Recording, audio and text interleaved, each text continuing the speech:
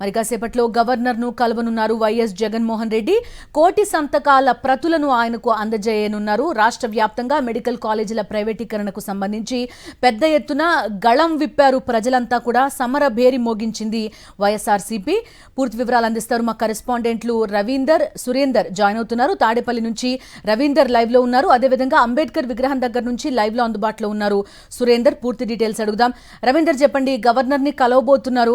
ప్రజల్లో ఉండే వ్యతిరేకత ఏంటి, ఏం జరుగుతుంది, లాభ నష్టాలు ఇవన్నీ కూడా చెప్పబోతున్నారు వైఎస్ జగన్ గవర్నర్ కి. మీ దగ్గర ఉన్న అప్డేట్స్ ఏంటి? ఎన్ని గంటలకు వైఎస్ జగన్మోహన్ రెడ్డి బయలుదేరబోతున్నారు?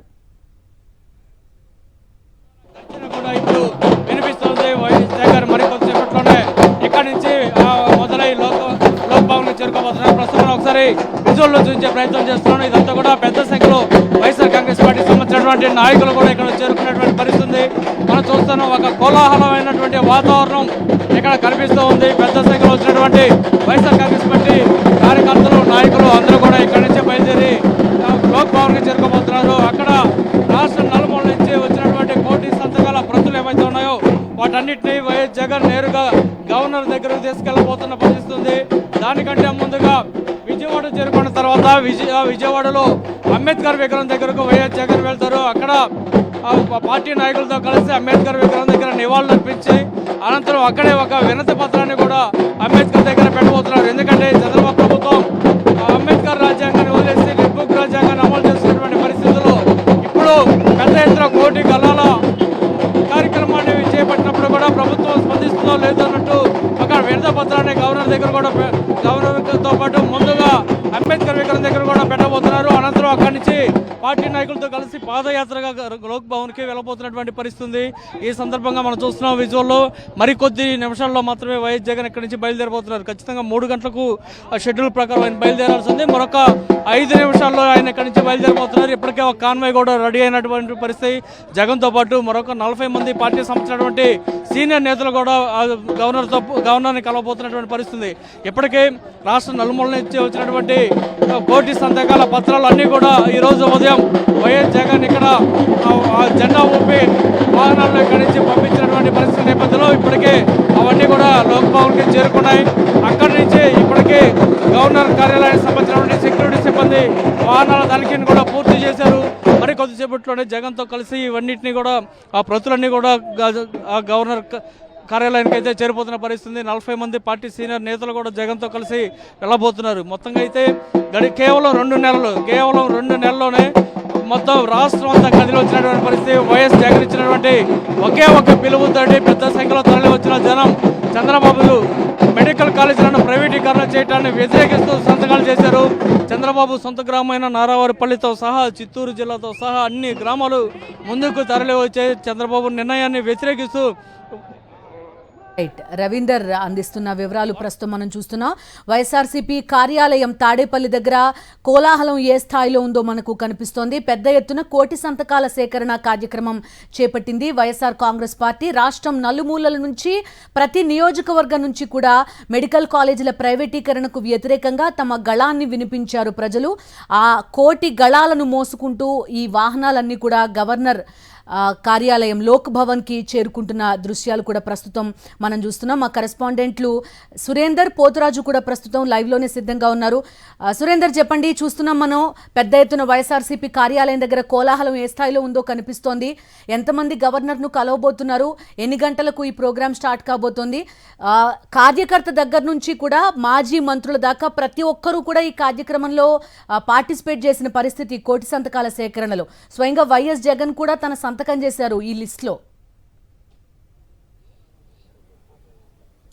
బిందు మరికొద్ది సేపట్లోనే అంబేద్కర్ విగ్రహం దగ్గరికి మాజీ ముఖ్యమంత్రి జగన్మోహన్ రాబోతున్నారు. ఇప్పటికే పీపీపీకి వ్యతిరేకంగా సేకరించిన కోటి సంతకాల ప్రతుల్ని గవర్నర్కి ఇవ్వబోతున్న పరిస్థితి కనిపిస్తుంది. ఉదయం అన్ని జిల్లాల నుంచి వచ్చిన వాహనాలను కూడా జగన్మోహన్ రెడ్డి ప్రారంభించారు. మరికొద్ది సేపట్లో అంబేద్కర్ విగ్రహం దగ్గరికి ఆయన రాబోతున్నారు. వచ్చిన తర్వాత గవర్నర్ని కలబోతున్న పరిస్థితి. మనతో పాటు పార్టీకి సంబంధించిన నేతలంతా ఉన్నారు. అసలు ఏం చెప్పబోతున్నారు గవర్నర్కి, ఎటువంటి అంశాలని గవర్నర్ దృష్టికి తీసుకెళ్లబోతున్నారు అనే అంశాలు కూడా మాట్లాడుతున్నారు. సరే, ఎటువంటి అంశాలని గవర్నర్ దృష్టికి తీసుకెళ్లబోతున్నారు? ఎందుకంటే పీపీపీ వ్యతిరేకంగా పెద్ద ఎత్తున ప్రజలందరూ సంతకాలు చేసిన చంద్రబాబు మళ్ళీ పాత పద్ధతినే పాడుతున్న పరిస్థితి కనిపిస్తుంది. నిన్న కలెక్టర్ కాన్ఫరెన్స్ కూడా అదే మాట్లాడారు. ఇప్పుడు ఉన్నటువంటి కూటమి ప్రభుత్వం ఇది ప్రజాస్వామ్యబద్ధంగా ప్రజల కోసం పనిచేసే ప్రభుత్వం కాదు.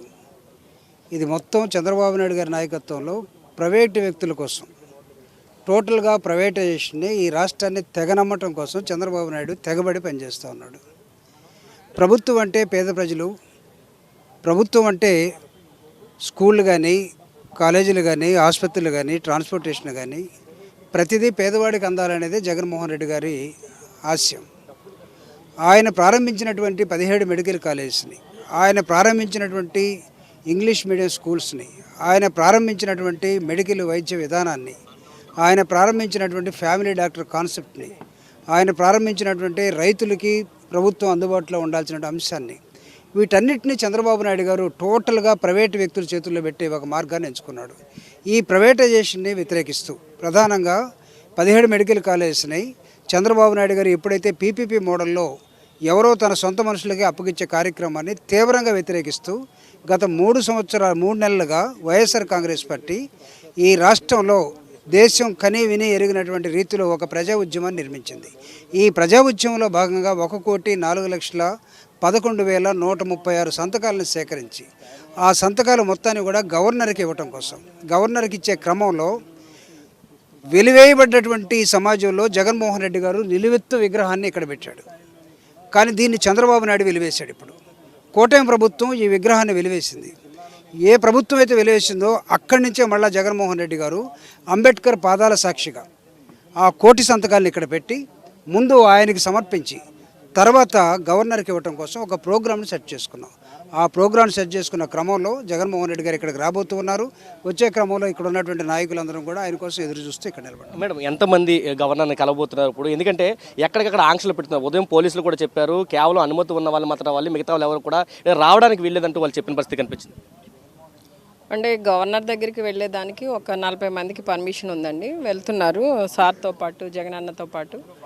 అయితే ఈ రోజున అసలు ఈ కార్యక్రమం తీసుకోవడానికి గల కారణం, ఈ 1,00,00,000 సంతకాలు సేకరించడానికి గల కారణం, ఈ 1,00,00,000 సంతకాలు ఎవరెవరు చేశారు, అసలు 1,00,00,000 సంతకాలు సేకరించిన దాంట్లో పార్టీలకు అతీతంగా కూడా వాళ్ళు సిగ్నేచర్స్ పెట్టడం జరిగింది, అంటే సపోర్ట్ ఇవ్వడం జరిగింది.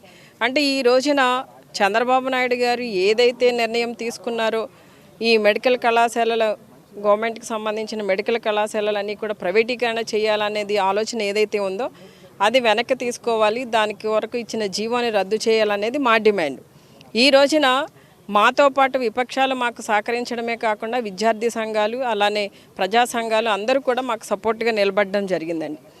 అంటే ఈ రోజున ఈ ఆంధ్ర రాష్ట్రంలో ఈ కూటమి ప్రభుత్వం అధికారంలోకి వచ్చిన తర్వాత ఏం కనిపిస్తుంది అంటే, ఏదైతే ప్రజల హక్కుగా ఉందో ఈ ప్రభుత్వం నుండి అందవలసిన విద్య కానీ వైద్యం కానీ ఇవన్నీ కూడా ఈ రోజున ప్రైవేటీకరణ చేసే పరిస్థితికి దిగజారిపోయారు. అంటే ఏ విధంగా ఆలోచించాలి, మనము ప్రజాస్వామ్యంలో ఉన్నామా ఎక్కడున్నామా అనేది కూడా మాకు డౌట్ వస్తుందండి. అంటే ఈ రోజున ముఖ్యంగా పేద విద్యార్థులకి, మెరిట్తో ఉన్న విద్యార్థులకి, అలానే పేద ప్రజలకి అందవలసిన వైద్యం కానివ్వండి, విద్య కానివ్వండి, అవి వాళ్ళ హక్కు, అవి ప్రభుత్వం కల్పించవలసిన బాధ్యత వారికి ఉంది ప్రభుత్వానికి. కానీ ప్రభుత్వమే ఈ రోజున మేము చేయలేము, మేము అందించలేము, ఇవి ప్రైవేటీకరణ చేసి ప్రైవేట్ వ్యక్తుల చేతిలో పెడితేనే పని అవుతుంది అనేది అసలు ఎంతవరకు సమంజసం అనేది మేము ప్రశ్నిస్తున్నాం. ఈ రోజున అందరి ఆవేదన ఏంటంటే, ప్రభుత్వం చేయవలసిన పని ఆల్రెడీ జగనన్న గవర్నమెంట్లో జగనన్న మొదటి దఫాగా 5 మెడికల్ కళాశాలలకి శ్రీకారం చుట్టడం జరిగింది. అవి బిల్డింగ్స్ అన్నీ కూడా కన్స్ట్రక్షన్ జరిగినాయి. ఈ రోజున సీట్లు కూడా కేటాయించడం జరిగింది, పిల్లలు క్లాసులకు వెళ్తున్నారు. అలానే మిగిలిన 2వ దఫాలో ఒక 5, తర్వాత 3వ దఫాలో 7, ఈ విధంగా రకరకాల స్టేజెస్లో ఉన్న ఈ మెడికల్ కళాశాలల్ని ప్రభుత్వం కంప్లీట్ చేయడం మానేసి ప్రైవేట్ వ్యక్తుల చేతిలో పెట్టడం ఏంటి?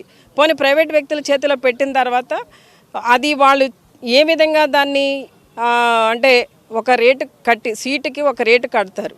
నేను ఇది డెవలప్ చేశాను, దానికి నాకు లాభం రావాలని చూస్తారు ఖచ్చితంగా.